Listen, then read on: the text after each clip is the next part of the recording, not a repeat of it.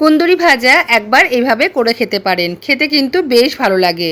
খুব সহজ আর খুব তাড়াতাড়ি কিন্তু হয়ে যায়। নমস্কার বন্ধুরা, শুক্লার পাঁচমিশালিতে সবাইকে স্বাগত জানিয়ে আজ আবার একটি রেসিপি আপনাদের কাছে শেয়ার করছি। যে সকল বন্ধুরা রোজ আমার রেসিপিগুলো দেখছেন আপনাদেরকে অসংখ্য ধন্যবাদ, অনেক ভালোবাসা, আপনারা আমার সঙ্গে থাকবেন। যে সকল বন্ধুরা আজ প্রথম আমার রেসিপি দেখছেন আপনাদেরকেও অসংখ্য ধন্যবাদ, আপনারা আমার সঙ্গে থাকবেন। তাহলে চলুন আমি রেসিপিটা শুরু করি। বন্ধুরা আমি এখানে কুন্দুরিটা দেখুন গোল গোল চাক চাক করে কেটে নিয়েছি। আপনারা চাইলে কিন্তু লম্বা লম্বা করেও কাটতে পারেন। আর একটা কথা, কুন্দুরি কাটার আগে কিন্তু খুব ভালো করে ধুয়ে নেবেন, কারণ কুন্দুরি গায়ে কিন্তু প্রচুর নোংরা লেগে থাকে। এই জন্য জলের মধ্যে দিয়ে ভালো করে ঘষে ঘষে কিন্তু একটু ধুয়ে নেবেন। এই রেসিপিটা কিন্তু খুবই সহজ আর খুব কম সময়ের মধ্যে তৈরি হয়ে যায়, আর খেতেও কিন্তু বেশ ভালো হয়। এদিকে কড়াই বসিয়ে দিয়েছি, আর কড়াইতে আমি 2 টেবিল চামচ মতো সাদা তেল দিয়ে দিলাম। আপনারা চাইলে সর্ষের তেল দিয়েও কিন্তু রান্নাটা করতে পারেন। তেল গরম হয়ে গেছে, এবার আমি দিয়ে দিলাম 1/4 টিস্পুন মতো সাদা জিরে ফোড়ন, আর দিয়ে দেবো একটা শুকনো লঙ্কা। শুকনো লঙ্কাটাকে আমি কিন্তু 2 টুকরো করে দিয়ে দিয়েছি। এবার কয়েক সেকেন্ড একটু নাড়াচাড়া করে নেব। যখন সুন্দর একটা গন্ধ বেরোবে তখন আমি এর মধ্যে দিয়ে দেব আগে থেকে থেতো করে রাখা কিছুটা রসুন। এই রান্নায় রসুনের পরিমাণটা একটু বেশি দেবেন, খেতে ভালো লাগবে। এখানে আমি 10-12 কোয়া রসুন ব্যবহার করেছি। রসুনগুলো দেওয়ার পরে কয়েক সেকেন্ড ভালো করে নাড়াচাড়া করে নিতে হবে। খেয়াল রাখবেন যাতে রসুনগুলো পুড়ে না যায়। যখন রসুনের গায়ে হালকা একটা বাদামি কালার চলে এসেছে তখন আমি দিয়ে দেব কেটে রাখা কুন্দুরিগুলো। কুন্দুরি দিয়ে প্রথমে আমি 1 মিনিট মতো ভালো করে নাড়াচাড়া করে নেব। বন্ধুরা আপনারা তো মোটামুটি সকলেই জানেন কুন্দুরি কিন্তু দেখতে হয় তেলাকুচ ফলের মতো। তো কুন্দুরিগুলো কাটার পরে আমার মনে পড়লো যে কুন্দুরিগুলো তো ভিডিও করা হয়নি। তো যাই হোক, এবার আমি দিয়ে দিলাম স্বাদ মতো নুন, দিয়ে দিলাম পরিমাণ মতো হলুদ, আর এবার দিয়ে দেবো এখানে 1/2 টিস্পুন মতো লাল ঝাল লঙ্কার গুঁড়ো।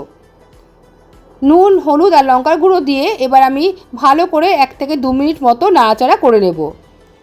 1-2 মিনিট ভালো করে নাড়াচাড়া করে নেওয়ার পর এবার আমি ঢাকা দিয়ে 5 থেকে 6 মিনিটের জন্য রান্নাটা হতে দেব। এই সময় আমি গ্যাসের ফ্লেমটা কিন্তু লোতেই রেখে দিয়েছি। 5-6 মিনিট পর আমি ঢাকাটা তুলে নিলাম। কুন্দুরিগুলো কিন্তু অনেকটাই ভাজা হয়ে গেছে আর নরম হয়ে গেছে।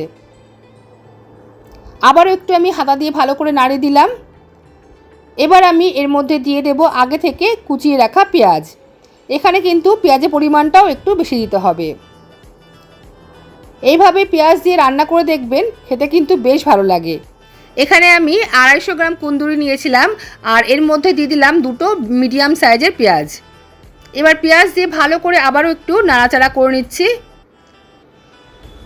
2 মিনিট মতো ভালো করে নাড়াচাড়া করে নেওয়ার পর আবারও আমি ঢাকা দিয়ে 3 থেকে 4 মিনিটের জন্য রান্নাটা হতে দেব। বন্ধুরা এখন কমেন্ট বক্সে একটা হাইপ অপশান আসছে, কাইন্ডলি আপনারা একটা হাইপ করে দেবেন প্লিজ। 3-4 মিনিট পরে দেখুন ঢাকাটা তুললাম। রান্নাটা কিন্তু আমার প্রায় হয়ে গেছে। আবারও আমি একটুখানি ভালো করে নাড়াচাড়া করে দেব। বন্ধুরা আপনারা এই রান্নাতে কিন্তু টমেটো ব্যবহার করতে পারেন, যেহেতু আমার কাছে ছিল না তাই কিন্তু আমি দিতে পারিনি। যখন পেঁয়াজটা আমি দিয়েছি সেই সময় কিন্তু আপনারা একটা টমেটো ছোটো ছোটো করে টুকরো করে দিতে পারেন, খেতে কিন্তু বেশ ভালো লাগে। টক ঝাল মিষ্টি মিষ্টি একটা ব্যাপার আসে। দিয়ে দিলাম স্বাদ মতো চিনি। চিনি দিয়ে আবারও আমি কিন্তু 2 মিনিট ভালো করে একটু নাড়িয়ে দেব।